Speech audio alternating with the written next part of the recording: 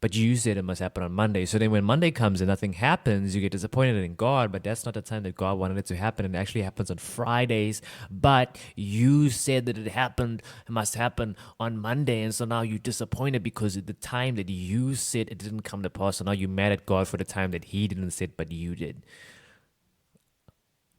So now you're disappointed. But meantime, it just wasn't his time, it was yours.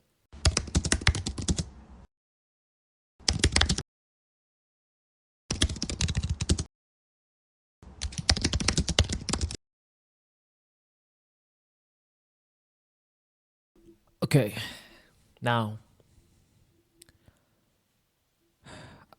I don't even know how to start because I have pressed record so many times.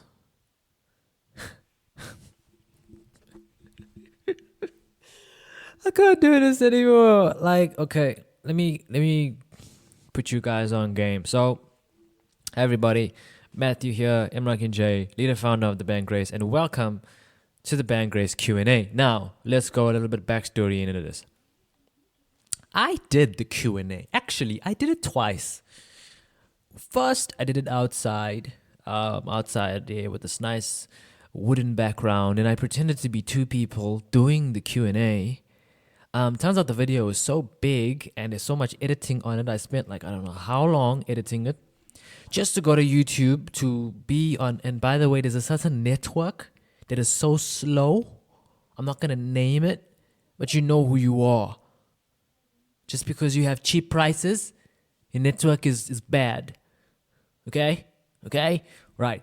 Anyway, try to upload it to YouTube. Didn't want to upload. I'm like, oh my God, what do I do now? I did the whole Q&A. I did all the editing. I literally changed clothes to be somebody else. I changed my clothes to be the interviewer and the interviewee. Didn't work. All right, cool, fine. I'm motivated today. Let me do it again, right? I'm sitting here for the second time.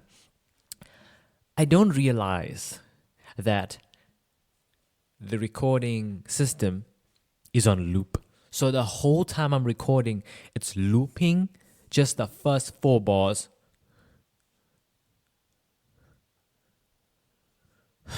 But anyway, hey, those who sow in tears will reap in joy. I'm just gonna move on. Let's do this again. Now, I feel like I've answered this so many times already. What inspired you to start the band Grace? I feel like this whole thing is, I'm just so tired of saying the same old thing.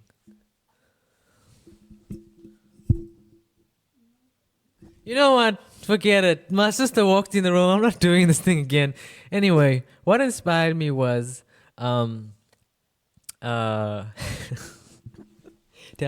you know that time when, that was my second take. That time when I was doing it, you called.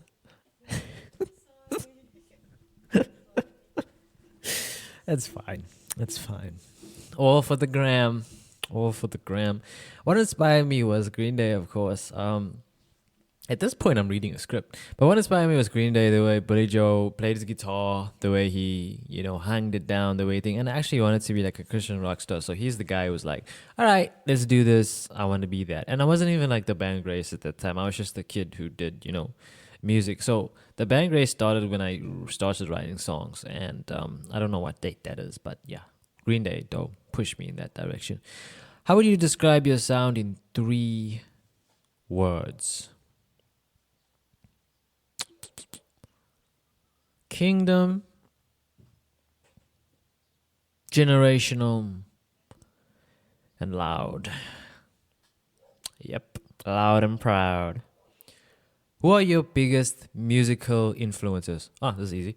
John Bellion, Lucas Graham, Green Day. Put that in reverse, you'll have the correct order. Those people, those are my guys. But wait.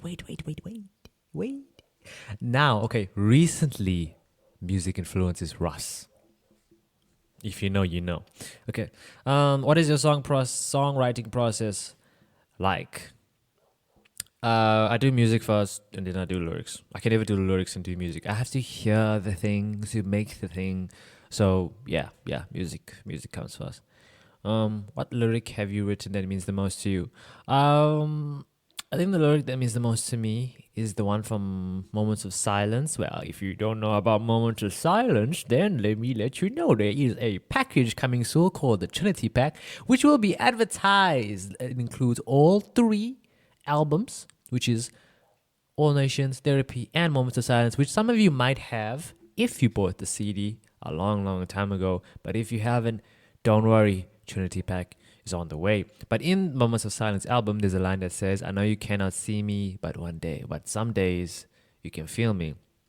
That line there, that means something. And it's crazy that that line means something to me now, even though I wrote the song about somebody else. Has your faith ever been challenged through your music?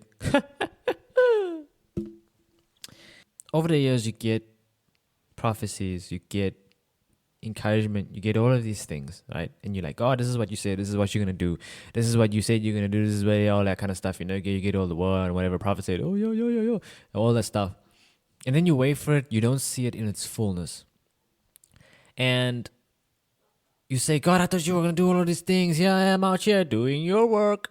And it's like, where's all of this? And then you get disappointed and you're like, oh, God doesn't love me. And then you're like, oh, he's not doing anything. And then you get let down and you start thinking, is there a God? Is there type of a thing? And then you're like, oh, that is not happening. These things are not happening. I'm doing the music. I'm doing this job. I'm doing that thing. It's not happening. And then you don't realize that you are the person that said this thing must happen on Monday.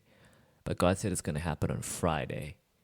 But you said it must happen on Monday. So then when Monday comes and nothing happens, you get disappointed in God. But that's not the time that God wanted it to happen. It actually happens on Fridays. But you said that it must happen on Monday. And so now you're disappointed because at the time that you said it didn't come to pass. So now you're mad at God for the time that he didn't say it, but you did.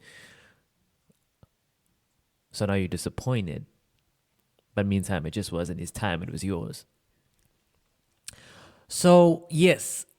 And I only got to see it like that when I had to sit back, think, and reflect, because the question is, has your faith ever been challenged through your music? Yes, it has, because then I'm like, God, I'm still broke. They're not giving me my $350. I'm not making any money. Where are you? And although you have good experiences, like, good experiences don't take care of things. And so you're like, I don't know if I should be doing this anymore. But yes, it has. How do you hope your music impacts listeners spiritually? I hope it heals them. I hope it transforms them life in a way that they can now talk to God more freely. Because I feel like my music is not so much like, you are the king of the universe. It's more of conversations between me and God, conversations about things, how I feel about things. Like God's a real person. What's a day in the life? What's a day in life like when you are recording? Now, I'm going to split this into two sections and say recording videos and recording music. Day in life in music, it's hard to set up. You got to be your own guy. You got to be your own producer. You got to be your own engineer. First, you got to set up the laptop. Yes, then you got to set up the mic. And then the mic stand doesn't stand because it's I almost got censored just now. Because it's a bad mic stand and it's falling, and you need to put a Miles Monroe book underneath the stand so that it can stand. So a day of life and recording is very difficult when you're doing it on your own, and if you don't have good equipment. A day in life recording and editing is the worst. I did this video 4 times already. What's your favorite memory as a band? My favorite memory as a band was a time when, it's so crazy how this is. And you're probably thinking, how is Matthew answering these so quickly without thinking? Well, I did this video 3 times already. The time when my teacher in front of the whole school and the parents said, you can find his music at the band Grace. That was the first time anyone has ever acknowledged me in public and was like, the band Grace. And it felt so good. And that is a memory I will never forget. I've had many memories, but that one, acknowledgement, means a lot to me. What is the funnest thing that happened during your performance? I have in my notes here a lady named Mary. A man named Mary. So I was performing at a car show and I was doing Spiritualize. And then instead of saying, let me tell you about a lady named Mary, I said, let me tell you about a man named Mary. And then Stone him. If you weren't a musician, what would you be doing? I do not freaking know. Okay, this is the last question. Fine. We made it. The last question. Finally. What's one word each of you would use to describe the band Grace? I think I can speak for all of us sitting in this room right now. The word that describes the band Grace is grace. Why I sing, rap, dance, whatever you want to do, is to show. Oh, shut up, Bowie. Is because it's because of that. Literally that. Grace is something given to everyone.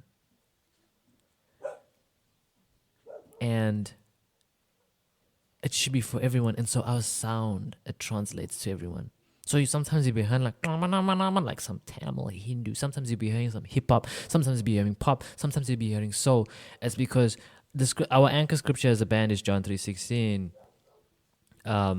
It says in the scripture that he died for the world. So the word that describes the band is grace. Grace is for everyone. So that's why with our music, we target hitting all these points. We target hitting all these different genres because we cannot reach the pop category. We cannot reach the hip hop category or the gospel category only. We have to hit all of them to make sure that this gospel, this Jesus, this God is not going only to one place. And that's the problem that I have with gospel singers, gospel people, gospel artists who do not, and yes, this is Christian. I do not want my songs be placed in the gospel category. I want to go up against Kanye, J. Cole, Eminem. I want to be friends with John Bailey and be in that world, because if you're not going into new ground, then you are not expanding the kingdom at all. So the one word that would describe the band Grace is grace. Not only not only the definition to reach everyone, but also grace to ourselves, giving ourselves the grace to fall, fail. And when you listen to the music, you'll hear that this guy's failed, but God picks him up again. And that's what grace is. And so thank you for watching this Q&A that took me 4 times to do. From now on, I think that's going to be my motto. Just do it. Oh, God, shoot. Sorry, Nike. No, I'm sorry. Raw. No filter. I don't care. Just go. What you want? Yeah, I must come and feed your dog. Okay, I'll take the camera with me. But thank you guys for tuning in to the Q&A once again. I am Matthew Jacobs, also known as M. Rangan J, leader, founder of The Band Grace. You can check us on TikTok at The Band Grace 316, also on YouTube at The Band Grace 316. You can get my personal account, which is Your Christian Rockstar, on TikTok. We are also on Instagram at The Band Grace _5.